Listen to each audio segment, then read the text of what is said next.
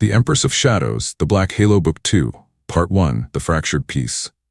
The stars above the spiral burned with uneasy silence. 5 years had passed since the Choir War. 5 years since an Empress of Crimson Fire had sealed the gate and forced a god back into the dark. 5 years since the spiral bent, but did not break.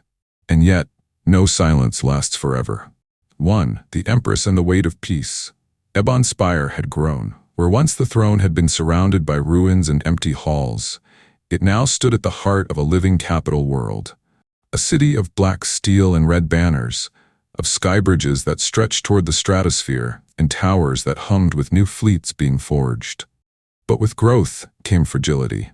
Valeris Draven sat on the throne of shadows, her crown now a band of living crimson light rather than gold or steel. Her armor had been replaced with ceremonial black robes woven with scarlet thread, a symbol of unity, they told her.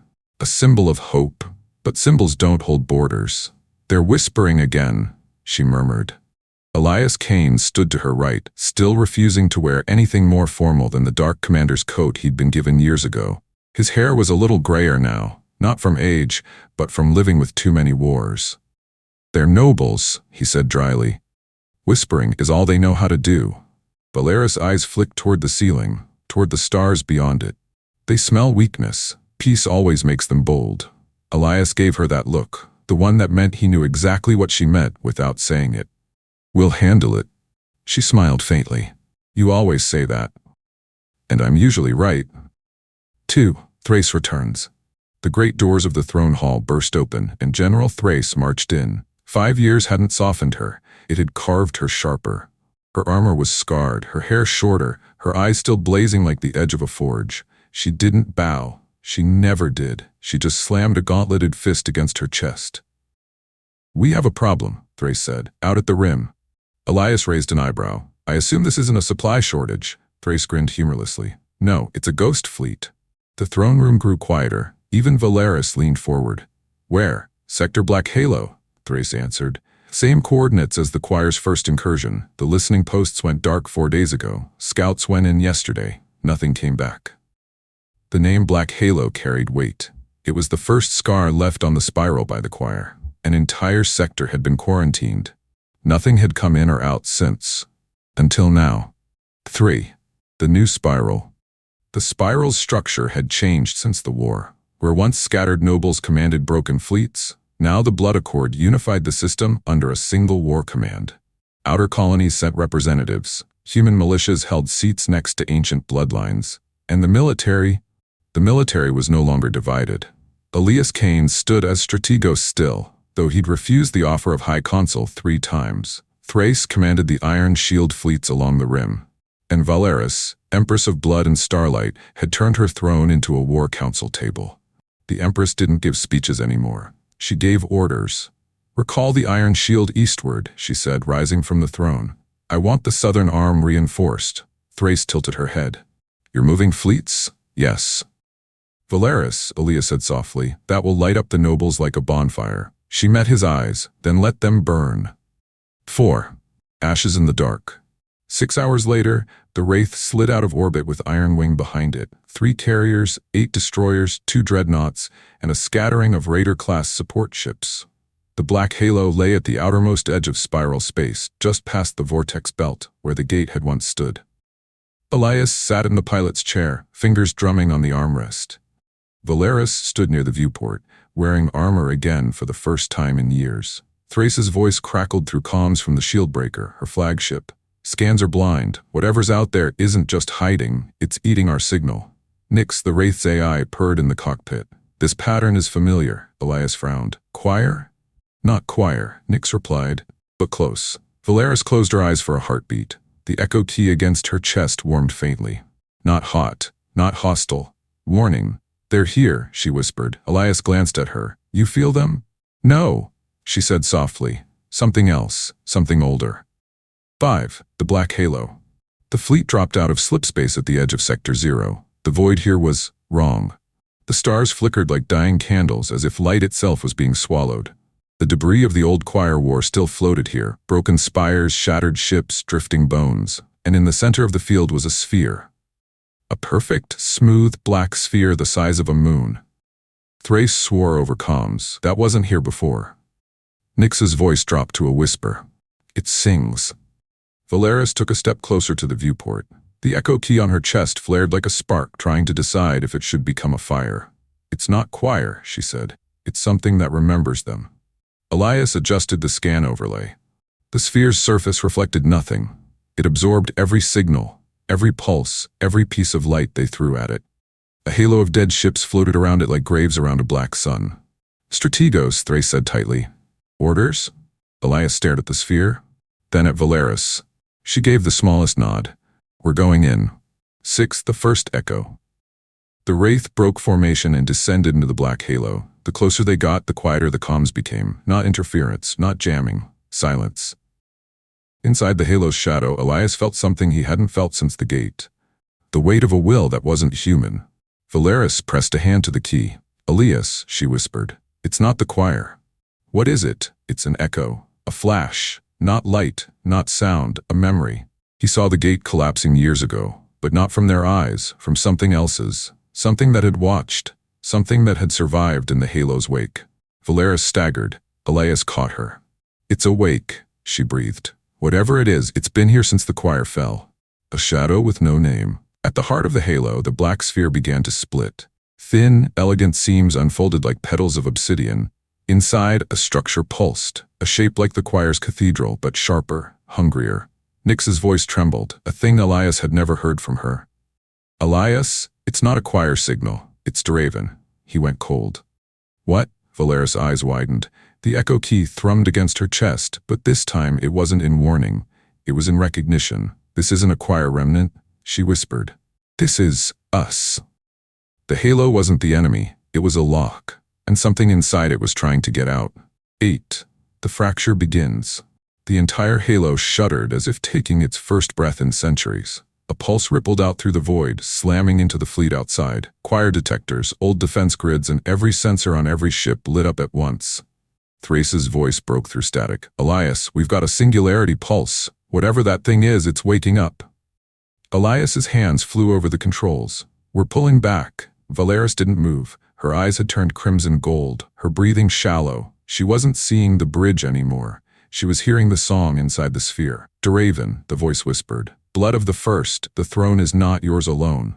Elias grabbed her shoulders. Val! She blinked. Her pupils dilated. It's not the choir, she whispered. It's another throne.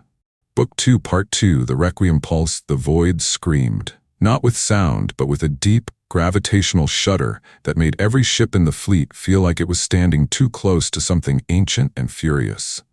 The black halo split wide open.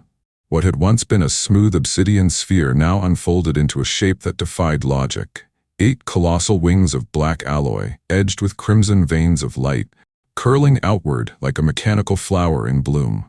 At its core hung the throne, floating in a column of shadow, pulsing in perfect time with the echo key around Valeris's neck. This was no choir construct. This was Draven, and it was awake. 1. The pulse. The Requiem pulse hit the spiral like a blade sliding through silk. Every ship in the sector went dark for a heartbeat. No lights, no comms, no power. Even Nyx's voice vanished from the wraith. The only thing that didn't go silent was the key. Elias's stomach lurched as gravity twisted. He slammed a fist into the manual overrides, dragging the ship's systems back online by sheer instinct. Nyx, come on, talk to me. Elias. The AI's voice returned in a broken whisper. That wasn't interference. That was a command. Valeris clutched the echo key. It burned hot against her palm, not like it did during battle, but like it was being pulled. Her breath came ragged. It's speaking to me. Elias glanced back at her, eyes narrowing. What's it saying? She hesitated, and that alone made his blood run cold. It said, welcome home. 2. The Shadow Throne. Outside the viewport, the halo finished unfolding, and the throne at its core began to descend. A shape emerged, tall, lithe, armored in black, with silver bone tracing its edges. The figure wore a crown shaped like the Draven's sigil, inverted, its points dripping black fire. When it lifted its head, crimson gold eyes blazed through the darkness. It was not choir, it was Draven. Nyx whispered, biometric resonance, matches Valeris. Elias's fingers curled around the edge of the console. What? Valeris stared at the figure through the glass, her pulse matching the key's beat. Because it is Draven. The figure raised a hand toward the fleet, and the entire halo responded with a low, harmonic vibration that felt like kneeling. My name, the figure's voice rolled through every comm channel, is Seraphine Draven, heir of the first gate. The true Empress returned. The halo answered her like a cathedral remembering its song. 3 fractures, you've got to be kidding me, Thrace hissed through comms. Elias's eyes were hard. All ships, hold formation. Do not fire without my order. Seraphine's voice was smooth, melodic, almost kind, but beneath it was the same ancient resonance that had once belonged to the choir god. 5 centuries they left me here, 5 centuries buried under their lies, and now the key has returned to me. Valeris stood frozen, her hand still pressed against the key. She's not lying, she whispered. She's of my blood. Elias turned sharply. You can feel that. She's not a remnant, she's real. Thrace growled. Then why the void? Haven't we heard about her before? Because, Valeris said quietly, she was sealed in the halo when the gate was closed, centuries before I was even born. The realization cracked through Elias like a cold wind. This wasn't just another threat. This was a claimant. 4. A kingdom divided. The Empress had many enemies, but the worst ones were always family. Within hours, the news bled across the spiral. The halo was awake. Another Draven had returned. And she wasn't whispering rebellion, she was offering it. Intercepted transmissions played across the Wraith's hollow feeds. She's a true heir. Valeris has led us into endless war. Perhaps the gate should have stayed open. Seraphine was chosen by the first blood. The blood accord, fragile, hard-won, held together by fire and fear, was fracturing at its seams. Thrace appeared on the comm channel, her armor still battle-scuffed. Strategos, we've got 3 noble fleets asking for talks with the halo. The Eastern warlords are already breaking formation. Elias's voice was low and dangerous. Talks. Yeah, Thrace spat. That's what traitors call it when they think and pick the winning side. 5. The Sister Song. Valeris stood alone in the observation deck, the black halo floating in the distance like a black sun. She didn't need to close her eyes to hear Seraphine's voice. It was in the blood. In the key. In every shadowed corner of the throne room that remembered old songs. Sister. The voice whispered. You've worn the mask long enough. Come home. Her fingers clenched against the glass. She had no memories of Seraphine, no childhood stories, no mother's whisper of another heir. But the blood didn't lie, and the blood sang. Elias entered quietly as he always did when the silence got dangerous. You're hearing her. Valeris didn't deny it. She calls me sister. You believe her? I know she's Draven, that's enough to make this dangerous. Elias leaned against the bulkhead, studying her face. She's not your family. Not really. She's the kind of family that puts a knife in your back and calls it destiny. Valeris smirked, though her eyes stayed on the halo. Then it's a good thing I've learned to stab back. 6. The First Rebellion. The revolt came faster than expected. 3 noble fleets defected within 48 hours, their banners stripped of the phoenix and replaced with a black crown. Warlords in the Eastern Rim declared neutrality. Black market hubs began whispering Seraphine's name like she'd already won. And in the shadows of the blood accord, whispers grew louder. Valeris sealed a god. Seraphine is the rightful empress. The blood chooses its own. On the war map aboard the Wraith, red banners flickered to black. Thrace slammed a gauntleted fist on the table. We should burn them before they spread. Elias looked at Valeris. If we go in with fire now, we turn her into a martyr. You know that. Valeris's eyes narrowed, the predator under the crown flickering through. Then we don't burn her. Elias tilted his head. Then what? She turned toward the halo, her voice cold and sharp. We hunt her. 7. Invitation. A day later, the message came, not through comms, but through blood. Valeris awoke in her chamber to find the echo key burning against her skin. A voice, clear as breath, whispered in her mind, Sister, meet me where the gate first sang. Come alone, or I will show them what the blood was always meant to be. When she opened her hand, a single drop of black gold blood stained her palm. Elias was already waiting in the hall when she emerged, armor half-clasped, eyes sharp. I'm coming with you. She asked me to come alone. He stepped closer, his voice steady, unyielding. Then she doesn't know us very well. 8. Descent. The Wraith descended alone toward the halo. The fleet hung back, nervous, divided, waiting. Thrace's voice crackled through the calm one last time. If she so much as blinks wrong, I'll burn that halo down to its bones. Elias smirked. Good to know.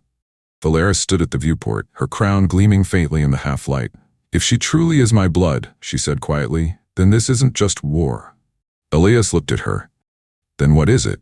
Her crimson eyes narrowed as the black throne came into view. It's a coronation. Book 2, Part 3, War of Two Thrones. The black halo hung before them like a god's unblinking eye. It no longer felt dormant. It pulsed. Every few seconds a low, harmonic thrum shivered through the void, rippling against the hull of the wraith like a heartbeat. This wasn't the residual hum of a machine. This was a throne remembering itself. Elias Kane piloted the wraith toward the central spire, eyes scanning the readings that made no sense even by choir standards. Valeris stood at the viewport, every line of her body sharp, controlled, and dangerous. The echo key on her chest pulsed with the same rhythm as the halo. She's syncing with me, Valeris whispered. Elias didn't like the sound of that. And you're letting her. Valeris tilted her head slightly, the faintest flicker of crimson in her eyes. I need to know what she wants. Thrones don't talk, Val, Elias muttered. They take. She smirked faintly at that, but there was no warmth in it. Then let's take first. 1. The Hall of Mirrors. The Halo's landing corridor was unlike anything Valeris had ever seen. Not choir bone, not human metal. It was Duraven architecture in its purest form. Endless mirror black walls traced with molten silver veins. Everything curved upward, forming arches that didn't just reflect their image, they reflected their bloodline. Elias followed behind her, weapon low but ready. His boots echoed through the silent hall. The air was cold, not in temperature but in weight, like walking through the chest of something sleeping and listening. Valeris slowed as they approached the grand doors at the far end. They weren't locked. They were waiting. The echo key flared hot against her chest as the doors opened. 2. Seraphine Duraven. Seraphine waited inside a throne chamber that mirrored Valeris's own in Ebon Spire, but older. The air was thick with the blood song, a subsonic vibration that only their kind could hear. She rose from her throne as they entered, tall, regal, clad in living armor of shadow and starlight. Her crown was not forged, it grew from her skull like living black flame. Her face, eerily similar to Valeris's, the same sharp jaw, the same dark crimson eyes. But where Valeris wore her power like a weapon, Seraphine wore hers like a birthright. Little sister, Seraphine said softly, her voice a melody wrapped in blades. You came. Valeris didn't bow. I don't kneel. Seraphine smiled faintly, like she'd expected that. Of course you don't. That's why they followed you. Elias moved a step closer, hand resting lightly on his sidearm. Seraphine's eyes flicked to him. And this is the noise you tethered yourself to. Fascinating. Lady, I've been called worse, Elias said evenly. Seraphine's smile widened. I'm sure you have.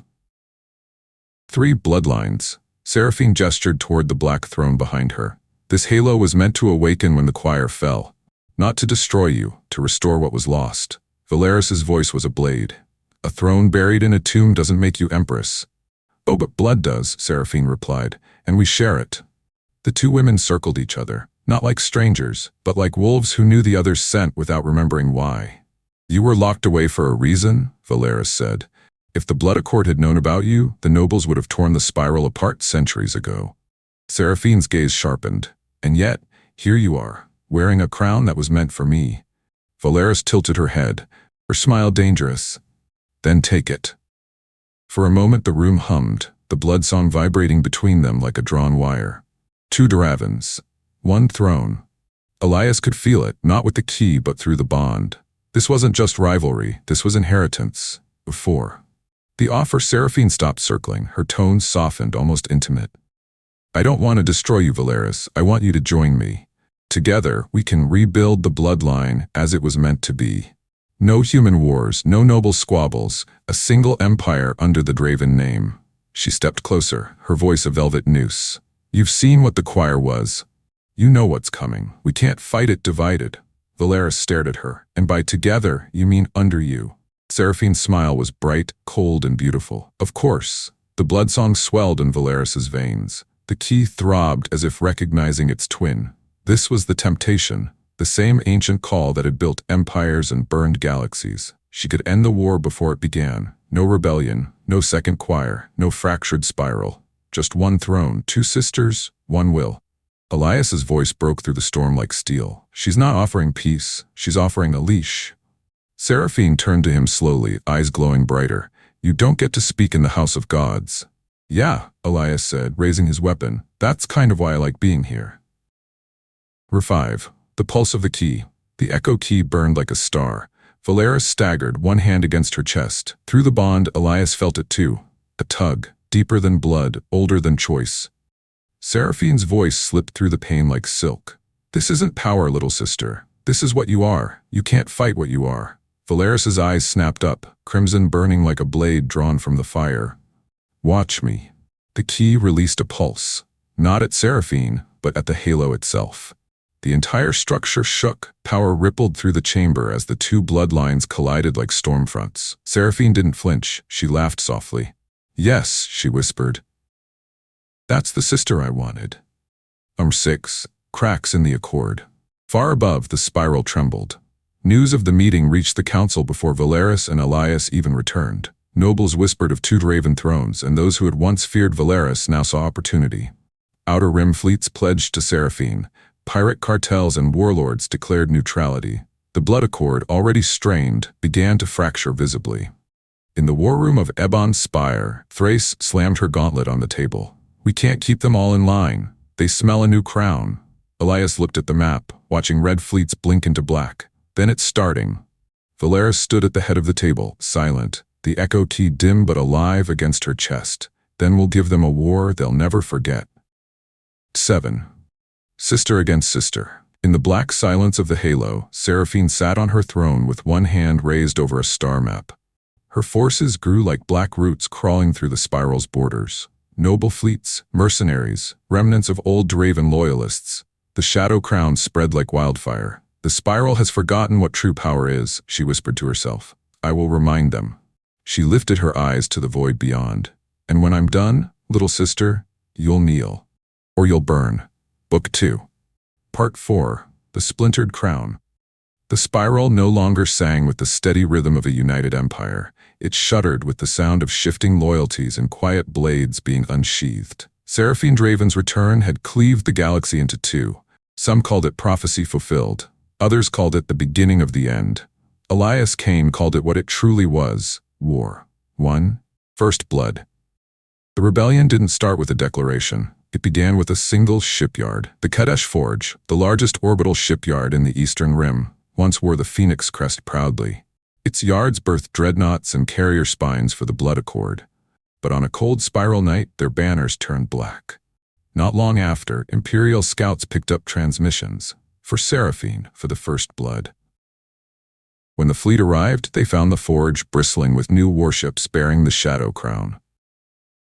Seraphine hadn't just seduced nobles, she had seized their steel.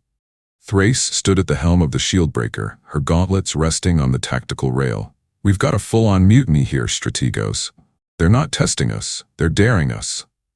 Elias stared at the tactical map aboard the Wraith. Then let's make sure they regret it. Part 2. Iron Shield mobilized. The Iron Shield, Thrace's battle group forged in the fires of the Choir War, had always been more wall than sword. But now, it moved like a predator unleashed. Dreadnoughts slid into formation like blades locking into place. Mine layers deployed web patterns across the forge's escape routes. Interceptors took up positions in the shadow of Valeris's flagship, the Ebon Star. Thrace's voice growled over comms. You want to hit them quiet, or hit them hard? Elias smirked. When have you ever done anything quiet? Valeris stood behind them, armor gleaming with crimson light. Her gaze wasn't on the map. It was on the forge. No more waiting, she said softly. If they want Seraphine, they'll have to fight for her. 3. Fire in the forge. The battle for Kadesh began like a spark on dry bone. The first salvo from the Shieldbreaker tore through the outer defense ring, shattering half a dozen loyalist gun platforms. Seraphine's forces responded instantly. Black-marked cruisers launched volleys of beamfire that scorched the void like ribbons of glass. Outer wings taking hits, Thrace barked. But they're holding. Elias leaned over the tactical interface. They've rigged the dry docks with shield boosters. They're trying to turn the entire forge into a fortress. Valeris's voice was low, precise. Then we take the fortress. She activated the key, not in full pulse, but enough to flare across the bloodline. A surge of pressure slammed into the forge's shielding like a whispered command that remembered their origin. Elias's eyes flicked to the sensor feed. Val, their shields just dropped by 30%. Duraven infrastructure answers to Duraven blood, she replied coldly. Thrace barked a laugh. Now that's a throne I can fight for. For the Black Coronation. But the rebellion wasn't as brittle as Valeris had hoped. As the forge burned, a transmission cut through the battle, a black banner with silver fire. Seraphine appeared, projected across every bridge and comm screen in the fleet. Little sister, still clinging to a dying world. I don't cling, Valeris answered, voice steady. I rule. Seraphine's smile was colder than vacuum. You rule the scraps of a broken empire. I offer them the blood that built it. Behind her image, black armored soldiers raised their weapons in salute. Fleet signatures multiplied in the Kadesh system like a spreading infection. Elias clenched his fists. She was waiting for us. This isn't a defense, it's a stage. Seraphine tilted her head, mockingly gentle. Kneel, sister, or burn with your human. The bond between Valeris and Elias flared, not with fire this time, but with ice-cold clarity. Valeris stepped forward, her voice slicing through the channel. I already burned gods. You're just a woman who wants their crown. 5. The blood accord shatters. Back on Ebon's spire, the council chamber erupted into chaos. Messages from loyalist worlds and Seraphine's defectors collided like blades. Half the Outer Pearl has declared for Seraphine. We can't hold both fronts. She's Duraven. She has the right of blood. Valeris won the war. A true empress wouldn't fight her sister. Every noble lord that had once sworn allegiance now weighed their loyalty like merchants bartering over dying stars. The blood accord that had united the spiral 5 years ago splintered. Thrace's fleet reports flooded in. Elias's comm channels burned. And for the first time since the Choir War, Valeris felt the weight of a throne cracking beneath her. 6. A shadowed past. In the midst of the chaos, a name surfaced like a serpent through still water. Calyx, a Black Ops division from Elias's past, the one he'd buried before Valeris ever wore a crown. The same unit had been sighted operating under Seraphine's new banner. Thrace slammed her fist on the tactical table. What the void is Calyx doing here? Elias's expression hardened, jaw tight. Because I used to lead them. Valeris turned to him sharply. What? He didn't look away. They're not just mercs, they're a ghost unit I built before I met you. Seraphine's found them. And they'll follow you, she said quietly. They used to. The silence that followed was sharp as a blade. 7. The Broken Star. The battle for Kadesh reached its climax when Seraphine deployed her own key.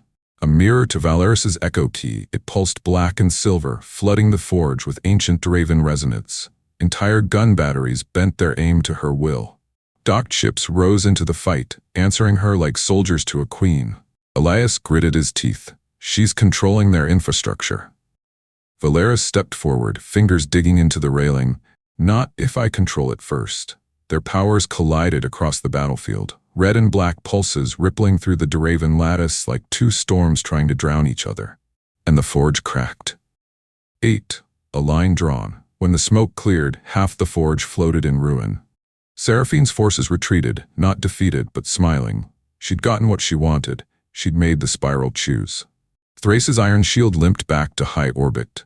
Elias stood at the viewport of the Wraith, knuckles white against the frame. Valeris stood beside him, her crown faintly flickering. She didn't want Kadesh, Elias said. She wanted the war. Valeris's voice was steel. Then she has it. Their bond pulsed, not in hesitation, but in shared fury. 9. Thrones at war. The spiral was split clean in two, half under the Crimson Phoenix, half under the Black Crown. Fleets burned, houses fractured, warlords picked sides. The War of Two Thrones had begun, and as Seraphine stood in the shadow of the black halo, she looked to the stars and whispered, The blood remembers, and soon the galaxy will too. Book 2, Part 5, The Ghost Legion. The spiral burned in two colors now. Crimson for Valeris, black for Seraphine. The Vortex Belt, once the front line against the Choir, was now the border between thrones. Every fleet movement, every whispered transmission, every minor betrayal was pulling the galaxy tighter toward a war that would not be won by negotiation. The War of Two Thrones had begun in earnest. The one, Ghosts on the Wind. Elias Kane stood at the forward viewport of the Wraith, watching Seraphine's fleets ripple across the star map like spreading ink. No formal declarations. No grand sieges, just surgical strikes, shipyards seized, stations flipped, corridors severed. This wasn't a noble war. This was Calic's work. Nyx's voice slid through the bridge speakers. Multiple incursions along the rim, same signatures, same patterns. Elias already knew. He didn't need the readout. Ghost Legion. Thrace entered the bridge, armor scarred from the Kadesh battle. We're chasing shadows. Every time we reinforce a sector, they hit another. We can't win like this. Valeris followed behind her. She didn't speak immediately. She didn't have to. Elias could feel it through the bond, the weight pressing behind her crimson gaze. She's using your own ghosts against us, Valeris said softly. Elias's jaw tightened. No, she's using me. 2 Calics. Once, long before Valeris's crown in the Choir War, there had been Calics, a covert strike unit built from soldiers who didn't exist. No insignia, no allegiances, only results. Elias had commanded them in the Outer Wars, a dirty, shadowed conflict where ideals meant less than efficiency. He'd buried that part of himself when he walked into the bar on Tethera Station all those years ago. But Seraphine had dug it up, and the Ghost Legion answered. Thrace slammed a fist against the tactical table. These people don't fight like nobles. They fight like predators. Elias met her gaze. Because I trained them to. Valeris tilted her head slightly, studying him. Then you know how to stop them. Elias didn't flinch, but the bond pulsed uneven. Maybe. 3. Iron Shield prepares. Thrace's Iron Shield wasn't built for Shadow Wars. It was a wall of steel, not a scalpel. But she was a soldier who didn't break, only adapted.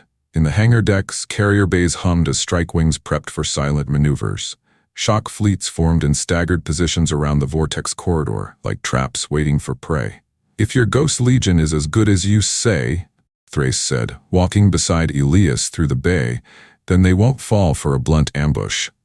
They won't, Elias said. That's why we won't give them one. He stopped at the end of the walkway, looking out over the bay where hundreds of Imperial pilots stood ready. We'll give them something only I could have built. Valeris watched him closely. There was no accusation in her gaze, only the cold precision of a ruler calculating how much of a man she could lose to the war. 4. Seraphine's Gambit.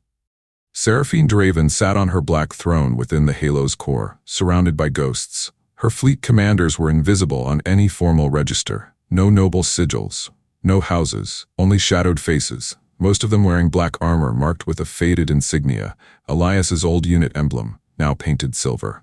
A figure knelt before her. Commander Vane, one of Elias's oldest soldiers, now twisted into something colder. Our strike groups are positioned. Once we cut the vortex corridor, the Phoenix fleets will fracture. Thrace will be pinned. Seraphine traced her finger along the armrest of her throne. And my sister, still defending what she thinks is hers. Good. Seraphine whispered. Let her bleed for it. 5. The Rift Trap. 3 days later, the Ghost Legion struck. They hit the Rift Corridor, a narrow hyperspace artery connecting the vortex belt to the core. A brilliant move. Cut it, and Valeris's fleets would fracture like glass. But Elias had anticipated it. The Wraith dropped out of slipspace at the edge of the corridor, cloaked against long-range scans. Dozens of Imperial ships waited, dark, cold, powered down. A ghost trap for ghosts. Elias leaned over the tactical board, breathing slow. Thrace stood beside him, all steel and fury. Valeris watched silently, one hand resting against the key. Targets in range, Nyx whispered. Do you want me to be polite or poetic? Elias's mouth curved slightly. Burn them. The void lit up. 6. Predator versus Predator. The Ghost Legion never blundered into ambushes, but Elias knew how they thought. He'd written the playbook, and now he was setting it on fire. Imperial strike wings erupted from the shadows, severing the Legion's entry vectors before they could adapt. Dreadnoughts snapped shields into place, turning the corridor into a kill box.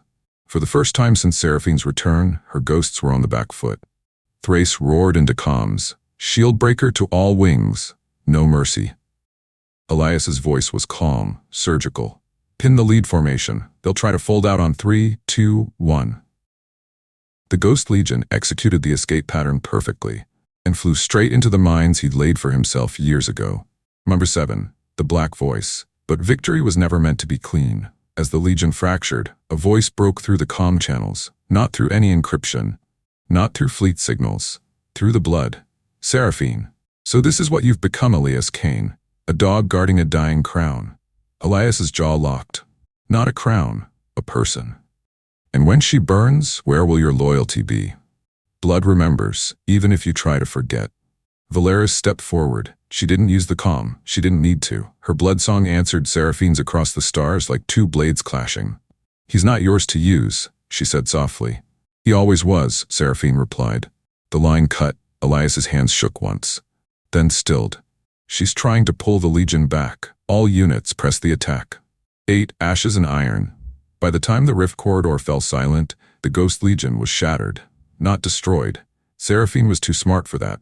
But their mystique was broken. They bled. Thrace exhaled a rare, vicious laugh. That's for Kadesh. Elias didn't laugh. He stood quietly, watching the debris fields drift through the rift. These were his people, men and women he'd built, trained, once trusted, and he'd killed them like strangers. Valeris moved beside him. She didn't speak, she didn't have to. You knew it would come to this, she said finally. Knowing doesn't make it easier. She touched his hand briefly, just enough to steady him. Then we make it worth it. Renine. The shadow strikes back. In the black core of the halo, Seraphine's hands tightened on her throne. Her Ghost Legion was bleeding, but she didn't look defeated. She looked amused. Well done, little sister, she whispered into the dark. But the ghosts were only the first breath. Behind her, an array of sealed vaults began to open one by one, each releasing a low, resonant hum. Let's see what happens, Seraphine whispered, when I give the spiral back to the blood. Book 2, Part 6. The Firstborn Vaults. The war was no longer being fought for territory. It was being fought for the blood itself. Seraphine's Ghost Legion was broken, but she had never needed them to win. They were the opening act. The vaults were the main stage. Elias Kane stood on the command deck of the Wraith, the fleet still licking its wounds after the Rift Corridor battle. Around him, officers spoke in low tones, their voices carrying a weight that hadn't been there during the Choir War. This wasn't an alien enemy. This was family eating itself alive. Valeris stood at the viewport, the crimson light of her crown faint but steady, her hand pressed against the echo key. She could feel it, the awakening beneath the halo. And she wasn't the only one. She's opened them, Valeris whispered, the vaults. 1. The Firstborn. Long before the spiral became an empire, before the Deraven blood fractured, there had been the Firstborn, the original line of blood-forged warriors created when the throne still ruled the dark between stars. They were not soldiers, they were weapons. The vaults beneath the halo had held them in stasis for centuries, waiting. Nyx's voice slipped through the Wraith's speakers like a warning wind. Multiple transwarp spikes detected. Signatures are not Choir, not Modern Imperial, unknown classification. Thrace's image appeared on the hollow, helmet under her arm. Talk to me, Kane. They're not ships, Elias said. They're something older. The firstborn vessels emerged from the halo like predators rising from deep water, long black hulls shaped like spears. No visible engines, no heat signatures, just movement, silent and perfect. Elias muttered, she brought back the old blood. Valeris's voice was cold. She's making a statement. 2. The Iron Shield. Mobilized the Iron Shield fleet was the only thing standing between Seraphine and the Vortex Belt. Thrace gathered her dreadnoughts in a spear formation, engines hot, shields overlapping. Strategos, she barked over comms. We're at half strength after the ghost fight, but we're not letting those black toothpicks through. Elias stood at the tactical display. Those toothpicks are older than anything we've ever fought, and they're built to kill fleets like yours. Then they'll learn what modern fire looks like. Valeris appeared behind them, her armor alive with faint red threads. No, this isn't just a fleet engagement. This is blood versus blood. She looked at Elias. He already understood. This was personal. Seraphine wasn't trying to flank the spiral. She was challenging Valeris openly. Sister against sister. Then let's answer her, Elias said. 3. The Firstborn advance. The Firstborn fleet didn't move like ships. They flowed. Black formations slid across the starfield like a single organism. Their weapons didn't fire beams. They ripped space. White fractures of distorted light cut through Thrace's forward wings before a single alarm could sound. Forward line hit. Thrace roared. I just lost 4 interceptors. Elias leaned over the tactical interface. They're not aiming for our ships. They're tearing the gravity anchors. He watched the patterns and felt the pulse of old instincts stirring. This was a war of predators. No wasted motion, no hesitation. Valeris gripped the railing, the key pulsing in time with the firstborn's movements. They're bound to the bloodline. To me, and to her. Elias glanced at her. Can you control them? She shook her head slowly. Not control, but maybe disrupt. 4. Bloodsong over the battlefield. Valeris stepped onto the command dais and closed her eyes.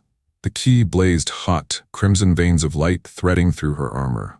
All ships, Elias ordered through comms, brace for signal resonance. A wave of bloodsong rippled across the vortex belt. It wasn't words. It wasn't power.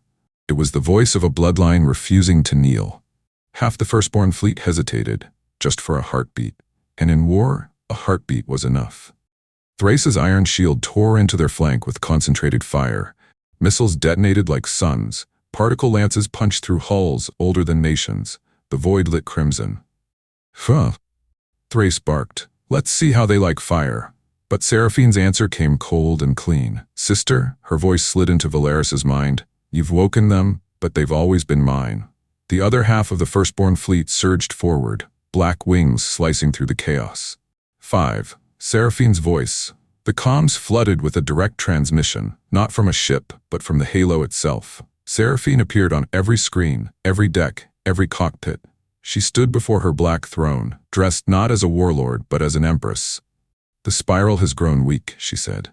Bloated with lesser blood, chained to fragile human bones. The firstborn were meant to rule, not whisper from shadows. Her voice slid into every soldier's skull like silk-wrapped iron. I offer you a choice. Stand with me and inherit eternity, or burn with her. Valeris answered not through comms, but through the key itself. Her blood song echoed across the battlefield like a scream of fire. This is my throne, my spiral. You want it? Then come and take it. Ver 6. The burning belt. The vortex belt became a sea of fire. Thrace's dreadnoughts slammed against Seraphine's firstborn spearheads. Choir-era defense platforms, long dormant, were reactivated under Valeris's override, firing crimson beams into black wings. Wraithwing squadrons darted through debris fields, dropping mines that cut through Seraphine's flanks. Elias commanded from the Wraith like a conductor directing a violent symphony. Shift the shield breakers to the south arc. Thrace, punch through the spear. Don't drive. Already singing, Thrace growled. But Seraphine had brought more than old ships. She'd brought loyal blood. Half of the defected noble fleets jumped in on her signal, their banners black and burning. The battlefield tilted. 7. The rift between Valeris felt the pull through the key, Seraphine's blood dragging at hers, a bond she had never asked for but could not deny.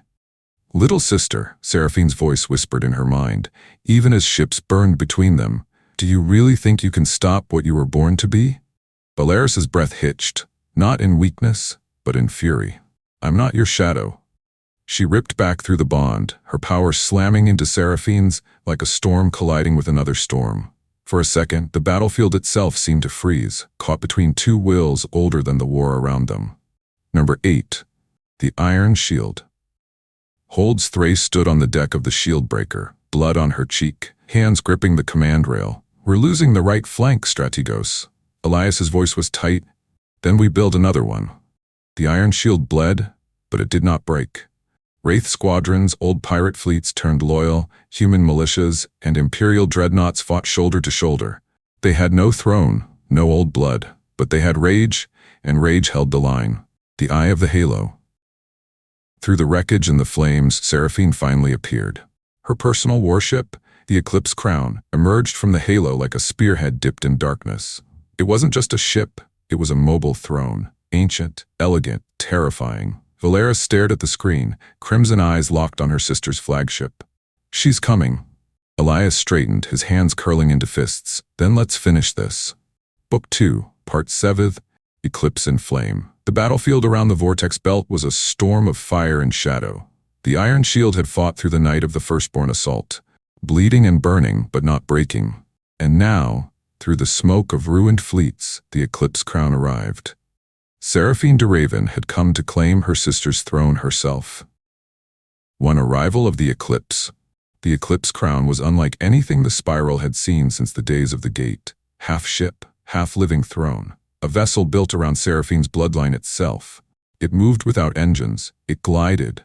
The moment it appeared, the battlefield stilled, not out of strategy, but instinct. A predator had entered the water. Elias stood on the bridge of the Wraith, eyes locked on the distant black vessel. "That's not just a flagship," he said quietly. "It's a declaration." Valeris stepped forward beside him. Her armor blazed with faint crimson veins, crown burning low but fierce. "Then I'll answer it." Nyx's voice shivered through the ship. "Energy levels from the Eclipse are rising beyond recorded choir thresholds. It's not aiming at the fleet, it's aiming at you." Valeris's jaw tightened. Of course she is. Number 2. Blood versus blood. Seraphine appeared on the Wraith's main display, her image burning like a dark sun. She wasn't sitting on her throne anymore. She was standing, ready. "Sister," she said softly, "the blood sings for resolution."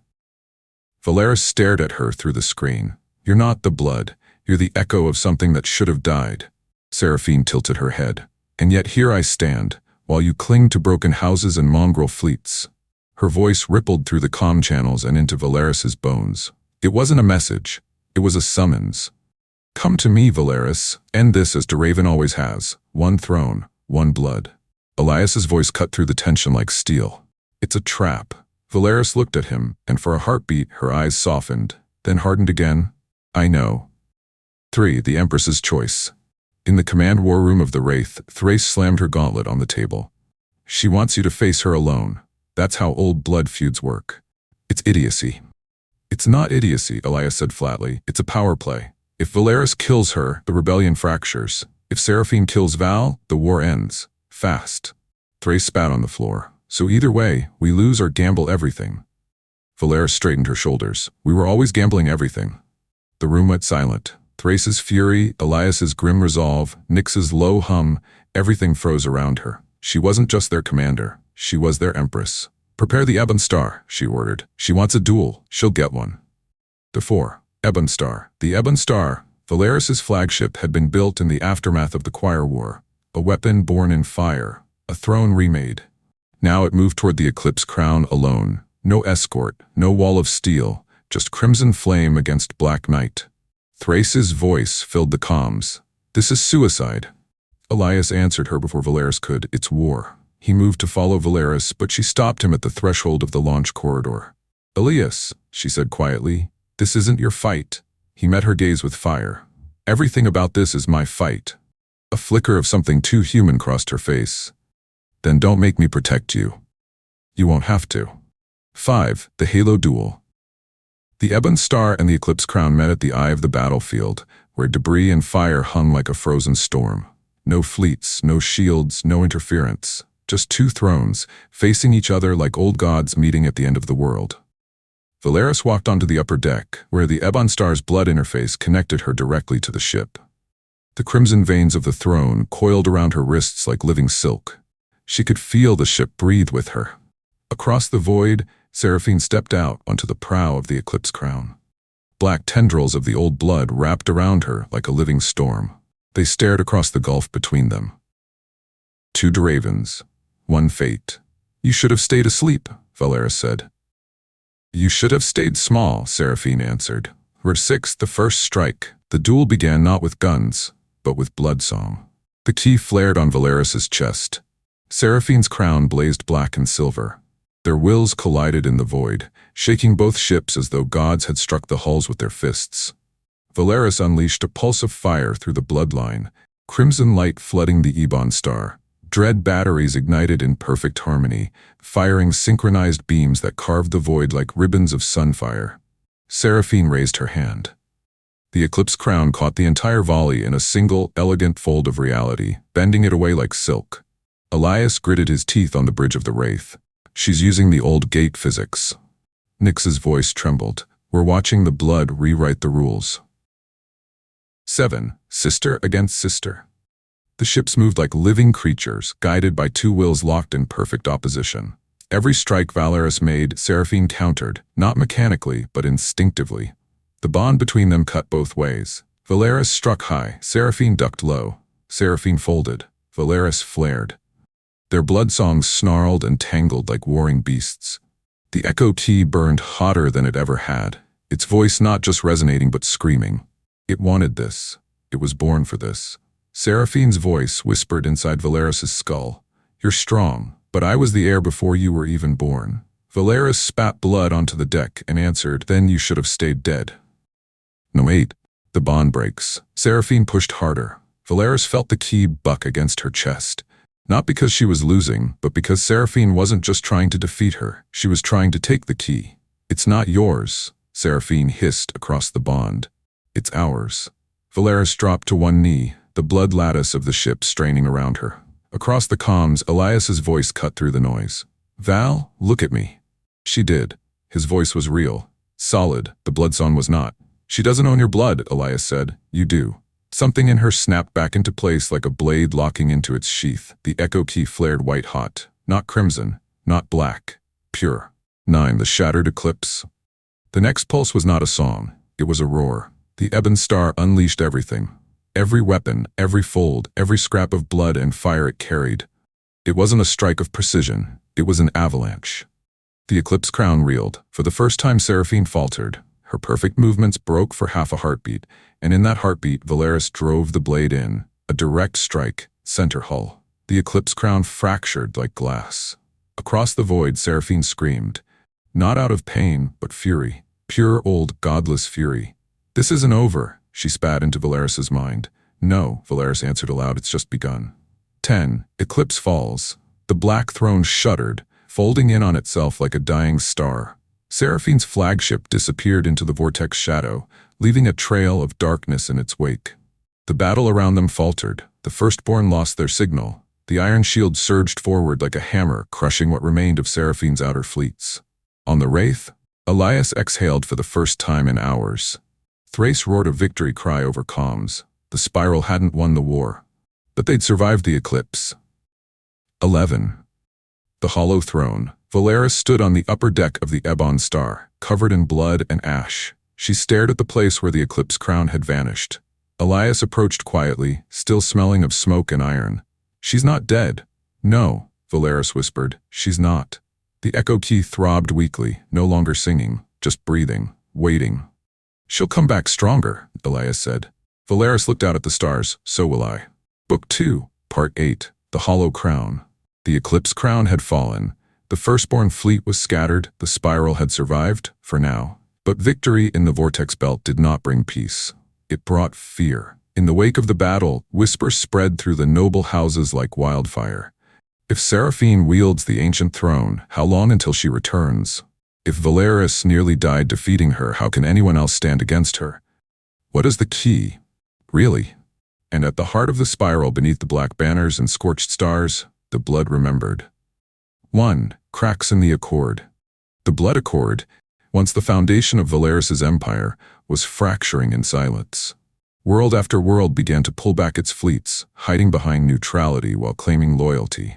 Others whispered of new thrones, of joining neither sister. In the great hall of Ebon's spire, the nobles gathered in uneasy silence. No one cheered their empress. No one dared to challenge her either. They simply watched her, like wolves watching the fire.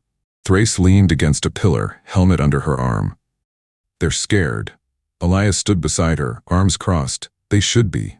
Thrace gave him a hard look. "Of who?" He didn't answer.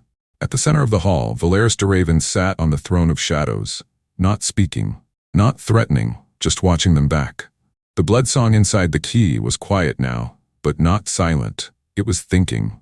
2. The key stirs that night. Valeris sat alone in the silent chamber, where the throne room's shadow bled into the vault below. The echo key hovered above her palm, spinning slowly like a living ember. She'd felt its voice during the battle with Seraphine, not just as a weapon, as something alive. And now, it was whispering again. "One throne, one blood." Her fingers curled into a fist. "I won. She's gone." The key pulsed softly. "She is not the end." Valeris felt a shiver travel down her spine. The key had never spoken in full sentences before. Not like this. Then who is? The key flickered once, and she saw, not in words but in light, a vision of a black sun, the halo fully open, a shadow deeper than Seraphine herself. The first one wakes. The 3, the shadow that waits far away, deep beneath the black halo. Seraphine stood inside a cavern of living bone and iron. Her body bore the scars of the battle, but her crown still burned black. Before her lay the sanctum vault, a chamber sealed long before even her birth. The air here was colder, older, the kind of cold that remembered what it once was. A voice whispered, not hers, not Valeris's, something older.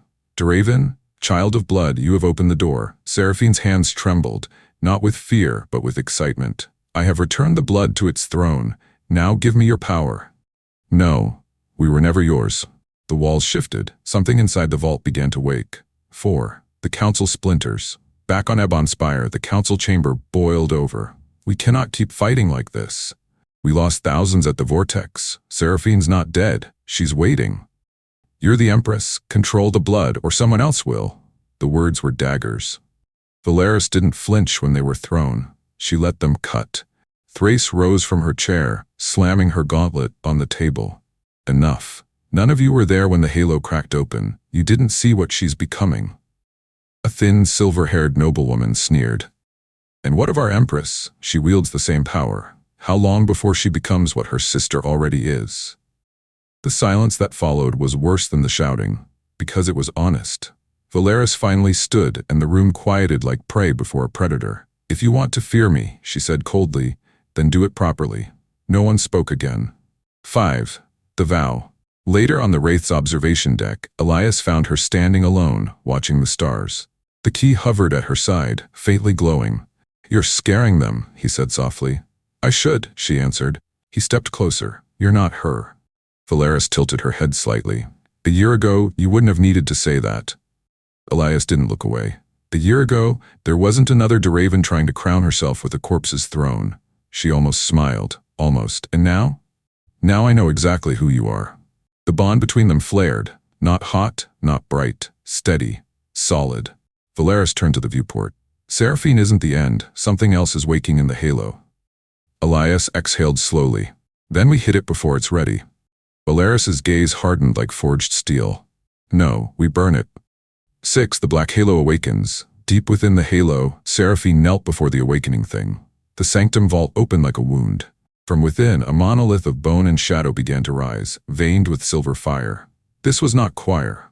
This was not Draven as she knew it. This was what came before. "Draven blood, you split the throne. But the throne was never yours." The voice was neither male nor female. It was everything. It was the first one. Seraphine lowered her head, breath shaking. "Then give me your power, and I will make it mine." The vault shuddered. The thing inside smiled with its voice. "We do not give, we take." 7. Iron shield reforged. While the halo stirred, the spiral prepared. Thrace reforged what remained of her iron shield. Fewer ships, but meaner ones. New strike formations, brutal siege patterns, silent ambush wings.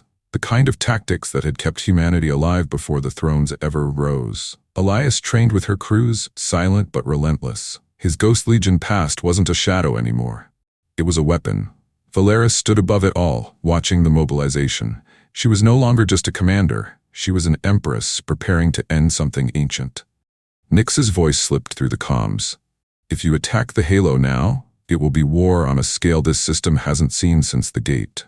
Valeris answered. "It already is." 8. The storm before the war. The night before the fleet launched, the spiral was quiet. In the private chamber of the Wraith, Elias found Valeris seated by the viewport, still armored, the key spinning slowly in her palm. "You don't sleep anymore," he said. She looked up. "I can't. It dreams for me." He didn't ask what the dreams were. He already knew. A black sun, a voice in the dark, a war that wasn't about power, but who gets to exist. "Tomorrow," Valeris said, "we go into the halo, not to fight Seraphine, to end everything before it wakes." Elias reached for her hand. She didn't stop him. The key pulsed between their palms, like a living heart. 9. The halo rises. At the edge of the spiral, the black halo began to move. For centuries it had been a relic, drifting in silence. But now it was alive. The firstborn sang in the dark. The vault bled light. The stars themselves seemed to dim as the first one opened its eyes again, and Seraphine Draven smiled through the shadow. "Let my sister come. She'll kneel. They all will." Book 2, Part 9, the first one. The black halo was no longer drifting. It was breathing. Entire star systems near its orbit dimmed under the pressure of a presence older than the spiral itself. Choir relics along the old gate lines screamed with phantom signals. Sleeper beacons, the kind meant never to be activated again, flared red one by one. This wasn't Seraphine's power anymore. This was something far worse, something primordial. And Valeris de Raven was going to meet it head-on. 1. The war fleet gathers. The Iron Shield had never looked like this before. It wasn't just a fleet, it was everything the spiral had left to give. Dreadnought formations carved like walls of iron, carrier wings darkened their transponders to avoid early detection. Missile barges and shock raiders formed into a crescent spear. From the bridge of the Wraith, Elias Kane watched the formations come alive. Nyx's voice rippled through the glass like a heartbeat. Strategos, all strike groups report green. The corridors open. Thrace's image flickered on the command screen, battle armor already scuffed. We've never hit anything this big. Elias gave a grim smile. Then we make history. Behind them in the Empress's chamber, Valeris was silent. The echo key hovered over her palm, spinning faster now. She could feel the halo calling, not Seraphine but the thing beneath her. Blood returns to the throne. The throne never forgot. She whispered to the key, then neither will I. 2. Into the halo. The spiral fleet slipped into the outer halo field at burn velocity. Immediately, they met resistance. Not fleets in formation, not disciplined soldiers, swarms of firstborn vessels moving in perfect synchrony, like a living organism protecting its heart. Thrace barked into the command net. Here we go. The Iron Shield hit the line like a hammer, guns blazing. The first salvo tore through dozens of firstborn ships, but for every vessel destroyed, 2 more seemed to rise from the dark. Nyx reported flatly, their numbers are increasing. I don't think they're building them. I think they're awakening. Elias's jaw tightened. Push through. The longer we wait, the stronger it gets. Valeris stepped onto the bridge. Her voice cut through every comm at once. Break the shell. We're going for the core. The fleet surged forward. 3. Seraphine's throne. At the center of the halo, Seraphine stood inside the sanctum vault. Her crown bled black fire. The vault around her pulsed with alien veins of light. And in the shadows behind her, something vast uncoiled. The first one was not flesh nor machine. It was an idea wearing the shape of a god. A colossal silhouette of bone and obsidian, crowned by a halo of silver-black light, rising from the vault floor like a slow and terrible dawn. De Raven child, the first one whispered. Why kneel when you can become? Seraphine's eyes burned with devotion and hunger. Then give it to me. Prove yourself worthy. Bring me the key. Bring me your sister. Seraphine smiled. Gladly. Before. Breach. The Iron Shield broke through the firstborn swarms at terrible cost. Entire destroyer wings burned out like falling stars. But Thrace led from the front, the shield breaker smashing open the first breach in the halo's outer ring. From there, the fleet plunged inside the structure, through cavernous hangars of ancient metal, through tunnels big enough to hold cities. Elias's voice roared over the comms. Forward strike groups, protect the Empress. Everyone else, keep that hole open. Valeris closed her hand around the key. It burned like a star. She could feel Seraphine ahead, not distant, but close. Pulling. Calling. 5. Bloodlines converge. The Wraith entered the vault corridor, where the halo's interior pulsed with black veins. This wasn't architecture. This was anatomy. Elias and Valeris moved through the ship as alarms screamed around them. Firstborn interceptors swarmed the edges of their fleet, but they weren't trying to destroy her. They were hurting her. She wants you at the core, Elias growled. Valeris didn't deny it. Then let's give her what she wants. Nyx's voice was quieter than usual. Warning, energy levels inside the vault exceed choir god resonance. This is something else. Valeris whispered. I know. 6. Sister once more. The Wraith breached the vault interior and came face to face with the Eclipse crown. Repaired, reforged, blacker than before. Seraphine stood on its prow, the first one's to a silver-black halo burning behind her like a dark star. She wasn't just Seraphine anymore. Her blood pulsed with something borrowed, ancient and wrong. Sister, she called, her voice echoing across every deck. Come home. Valeris stepped forward onto the Ebon Star's command dice. You're not my home. Then you are my offering. Their blood songs collided once more, and the vault shook. 7. The first one speaks. Then the voice came, louder, deeper, older. Children of Draven, you carry my crown like thieves, but it was never yours. Elias stumbled as the Wraith's hull buckled under the weight of the sound. Thrace's fleet outside was thrown into disarray, ships spinning as the gravity itself bent around the halo. Valeris fell to her knees, clutching the key. The first one was inside her blood now, pressing against every scar, every breath. Return the key, and you will live as queens beneath me. Her teeth bared. I don't kneel. Then you die. 8. Iron against God, Thrace's voice crackled over the comm. Elias, we're being torn apart out here. Elias gritted his teeth. Hold the line. If that thing breaks the fleet, it won't matter what we do in here. The iron shield unleashed everything it had. Torpedoes, plasma lances, shield collapsers. Against the first one's reach, it was like hurling stones at a storm. But they kept fighting, because if they didn't, there would be nothing left to save. The bond, Valeris, was fading beneath the first one's pressure, the echo key burning against her chest like it was trying to consume her as much as protect her. Elias dropped beside her, grabbing her shoulders. Val, look at me. The world was shaking, the blood was screaming, but when she met his eyes, it steadied. You're not its vessel, he said fiercely. You're its enemy. And for the first time since the halo awakened, Valeris smiled. She stood, and the key roared. 10. Sisters at war. Valeris and Seraphine clashed not with weapons, but with thrones. The key and the black crown collided in the air, filling the vault with fire and shadow. Cracks formed in the walls as the halo itself began to tremble. Elias shouted into the comm, all ships, fall back to the perimeter. The core is going critical. The first one rose higher, its vast shape casting shadow over both sisters. Its voice turned from whisper to command. Kneel. Valeris's voice split the air. No. And with that single word, the halo began to tear itself apart. Book 2, Parks. The Core War. The halo was tearing itself apart. The first one's voice thundered through the vaults like a collapsing star. The entire structure groaned, not as a machine, but as something alive that had just remembered its own heartbeat.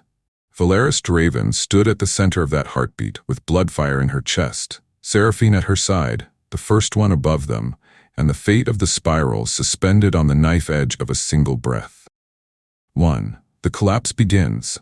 Wraith alarms screamed as the halo's inner ring fractured. Energy readings went beyond measurable levels, gravity folding, hulls twisting, stars bending inward like pulled silk. Elias Kane clung to the railing, the deck groaning beneath his boots. Thrace's voice cut through the chaos on the comm.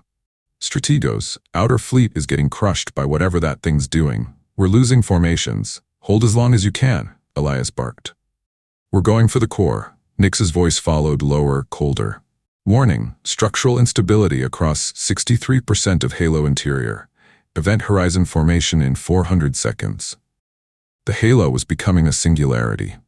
2. Sisters in shadow. Valeris faced her sister on a platform of fractured black stone at the core of the vault. The eclipse crown hovered at Seraphine's back, its black flames licking the void. Her eyes were no longer entirely human, silver black, reflecting the first one's will. It doesn't have to be you, Seraphine said softly. We could rule it together. Valeris's voice was steady, even as the key burned like a star in her chest. You're not ruling anything, it's using you. Seraphine's smile trembled but did not break. And you think it won't use you? No, Valeris whispered. I'm going to kill it. Their blood songs crashed together like blades, the halo screaming around them. 3. The first one descends.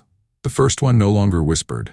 It filled the vault, a shape vast and incomprehensible. Its halo flared silver and black like a wound in the fabric of the universe. Its voice wasn't heard so much as it was felt, a vibration in every bone and drop of blood in the system. Throne bearers, children of my blood, kneel, and I will make you eternal. Valeris stepped forward. We're not your children. You are my echo. The floor cracked beneath her boots. You are my weapons. The key flared, Seraphine's crown blazed, and the first one's halo descended. 4. The Battle of the Core. Thrace's iron shield surged through the crumbling halo exterior, blasting apart firstborn stragglers as gravity shredded fleets around them. Dreadnoughts burned their reactors dry to keep the line open. All hands, Thrace shouted, buy them every second we can. Inside, the Wraith knifed through collapsing corridors, engines howling against physics itself. Elias stood on the forward deck, jaw set, eyes locked on the vault. Val, we're coming. Nyx's voice was no longer calm. Elias, this is beyond survivable parameters. Yeah, he said quietly. I know. 5. Seraphine's choice. At the center of the vault, the first one extended a massive shadow hand toward Seraphine. You open the door, kneel, and I will make you my queen. Her breath caught. She wanted it. Power like that was a gravity all its own. The crown pulsed black with temptation. Valerie saw it in her eyes. Don't. Seraphine's voice cracked. Why shouldn't I? Because it will erase you. And what are we now, Valeris? Seraphine screamed. Blood built from a god that never asked us to exist. Valeris stepped forward, hand outstretched. Then we choose what it never gave us. For the first time, Seraphine hesitated. 6. Elias breaks the line. The wraith punched through the collapsing corridor into the vault chamber. Explosions flared around the platform like dying suns. Elias leapt from the ship before it even fully stabilized, dropping to the fractured dais where the two sisters stood against the first one. Valeris's voice reached him through the storm. You shouldn't be here. Yeah, Elias panted, drawing his weapon. I get that a lot. The first one's presence pressed down on him like a mountain, but unlike the sisters, he wasn't bound to its blood. He didn't have to listen. He raised his weapon at the void. 7. The key unbound. The echo key had always pulsed in time with Valeris's heart, but now it broke free. A column of crimson-white fire erupted from her chest, spiraling upward, wrapping around the first one's halo like a living chain. Valeris screamed, not in pain but in defiance. I'm not your echo. Seraphine clutched at her crown as black fire bled from her hands. Valeris, stop. If you break it, we both. Then we break. 8. The first one's true form. The first one split open. What the galaxy thought was a god was nothing more than a prisoner wearing its cage, a construct of old blood, built to enslave rather than rule. You cannot destroy me, it thundered. You were made from me. Valeris's voice rose over the roar. Then I unmake myself. The key shattered its physical shell. The halo screamed. 9. Sacrifice. Elias lunged forward, catching Valeris as the key's power began to consume her. She shook violently, the light spilling from her veins. Val? He shouted. Stop. Her eyes glowed white. This ends with me. No, he growled. Not like this. Seraphine staggered to her knees. She looked at Valeris, not as an enemy, but as a sister. For one brief, impossible heartbeat, she understood. Then let it end with us, Seraphine whispered. She ripped the black crown from her own head and hurled it into the core. The key and crown collided, and the first one screamed. 10. The end of the halo. The black halo collapsed inward like a dying star. The firstborn fleets vanished in a storm of light. The vault cracked like shattered glass. The iron shield barely escaped the implosion. Thrace screaming orders as ships jumped blind. Inside, at the center of the storm, the first one's voice was the last thing to die. The throne remembers. Then silence. The halo was gone. 11. The ashes of victory. When the wraith was found, drifting at the edge of the ruined orbit, Elias was barely conscious. Thrace's voice barked through the haze, dragging survivors from the debris. Valeris lay in the medbay, pale, the echo key dim in her palm. It no longer burned. It slept. Seraphine was gone. The spiral was safe, but the blood would never be the same again. 12. A new throne. Weeks later, beneath the rebuilt banners of Ebon's spire, the nobles gathered again, not out of fear this time, but out of awe. Valeris walked through the chamber without armor, without fire, without a crown. The key hung silent around her neck. She didn't need a throne. She had earned something older. Elias stood beside her, the ghost of war still etched in the lines of his face. Thrace leaned on the balcony rail, grinning like someone who'd survived hell. Valeris spoke quietly, and the hall fell silent. The blood no longer rules. The blood serves. No one dared to speak against her. 13. The distant echo. But in the cold between stars, where the halo once hung, a faint pulse remained. The first one was gone, but the throne had never been only one thing. And in the dark, where Seraphine had vanished, something answered the echo. One throne. One blood. End of Book 2, Part Text, The Core War. Book 3, The Blood That Remains, will begin with the aftermath of the Halo War and the reformation of the Spiral.